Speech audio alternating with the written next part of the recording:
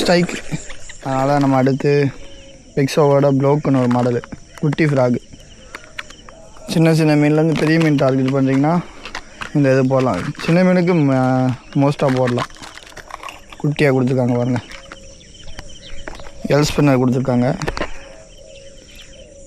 Action அதனால் நல்லா வரும். ஒரு 6 to 7 கிராம் வெயிட் உள்ளது, 4.5 சென்டிமீட்டர் ஃப்ராகு. பார்ப்போம் வாங்க.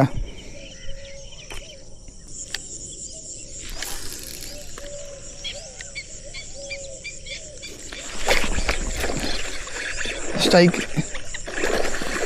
சரியான சைஸ்.